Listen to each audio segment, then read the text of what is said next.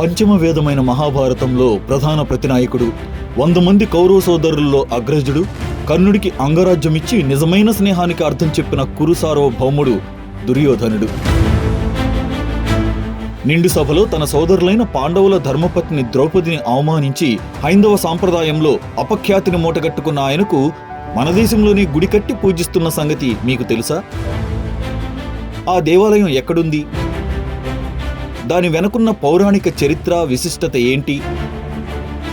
అక్కడ జరిగే ఉత్సవాల ప్రత్యేకతలేంటి? మహాభారతంలో అత్యంత దుర్మార్గుడిగా, అధర్మపరుడిగా చెడ్డ పేరు తెచ్చుకున్న దుర్యోధనుడు అక్కడి ప్రజలచే దేవుడిగా ఎందుకు పూజింపబడుతున్నాడో మనం ఈ వీడియోలో తెలుసుకుందాం. Welcome to hidden folder.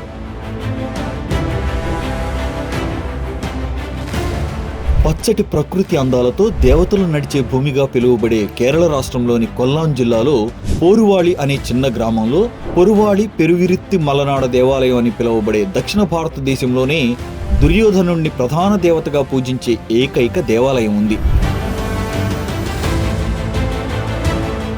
Mahabharatam ప్రకారం జోదంలో ఓడిన పాండవులు 12 సంవత్సరాల అరణ్యవాసాన్ని పూర్తి చేసి 1 ఏడాది అజ్ఞాతవాసంలో ఉండగా వారిని పట్టుకుని మరో 12 సంవత్సరాలు అరణ్యవాసం చేయించాలని దుర్యోధనుడు రకరకాల ప్రయత్నాలు చేస్తూ వారి ఆచూకీ కోసం వెతుకుతూ ఒకనాడు చాలా దూరం ప్రయాణించి కేరళలోని మలనాడ ప్రాంతానికి చేరుకుని అలసటతో నీరసించి దాహంతో నీటి కోసం ఎదురు చూస్తుండగా స్థానికంగా కురవ జాతికి చెందిన ఓ వృద్ధ మహిళ తన వద్ద ఉన్న కళ్ళును ఇచ్చి దుర్యోధనుడి దాహం తీర్చింది.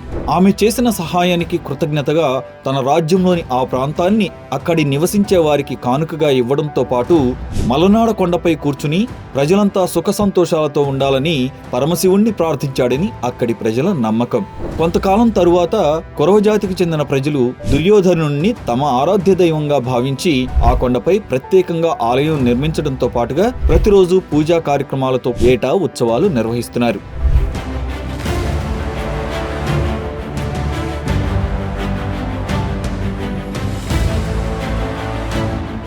ఈ దుర్యోధనుడి ఆలయంలో ఆశ్చర్యకరంగా ఎలాంటి విగ్రహం ఉండదు. గుడిలో ఒక ఎత్తైన వేదిక మాత్రమే ఉంటుంది.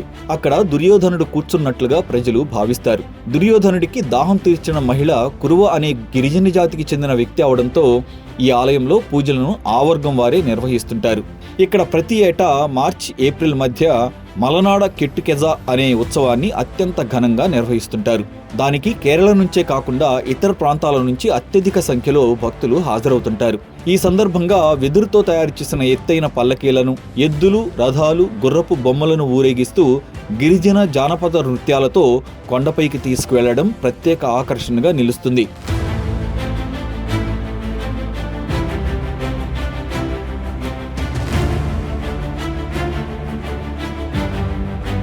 ఏ దేవాలయంలో లేని విధంగా ఇక్కడ సాంప్రదాయ కల్లును, మద్యాన్ని, బీడి, మిరియాలు, ఎండిన మాంసం వంటి వాటిని నైవేద్యంగా సమర్పిస్తారు. పల్లెప్పన అనే మరో ఉత్సవాన్ని దేవతను, దాని భూమిని, ప్రజలను దుష్టశక్తుల నుంచి కాపాడే ఒక ఆచారంగా మలనాడులో ప్రతి 12 సంవత్సరాలకు ఒకసారి నిర్వహిస్తారు. ఈ గుడిలో దుర్యోధనుడితో పాటు అతడి భార్య భానుమతి, తల్లి గాంధారి, గురువు ద్రోణుడు, ఆప్తమిత్రుడు కర్ణుణ్ణి కూడా పూజిస్తారు. అంతేకాకుండా కేరళ రాష్ట్ర ప్రభుత్వ రికార్డుల ప్రకారం ఈ దేవాలయం సొంత భూములకు ఇప్పటికీ దుర్యోధనుని పేరుతో భూమి పన్ను చెల్లించబడటం మరో విశేషంగా చెప్పవచ్చు.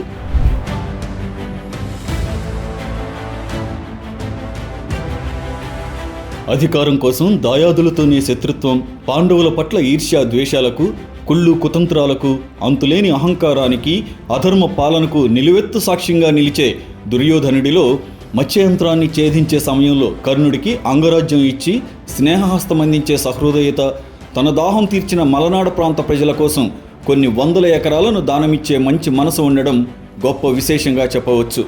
అందువల్లే ఆ ప్రాంత ప్రజలు దుర్యోధనుడికి ఆలయాన్ని నిర్మించి తమ ఆరాధ్య దైవంగా పూజిస్తూ నేటికి ఉత్సవాలు జరపడం ఆయన పట్ల వారికున్న భక్తికి, అభిమానానికి ప్రతీకగా చెప్పవచ్చు. ఇలాంటి మరిన్ని వీడియోస్ కోసం హిడెన్ ఫోల్డర్ యూట్యూబ్ ఛానల్ని సబ్స్క్రైబ్ చేసుకోండి.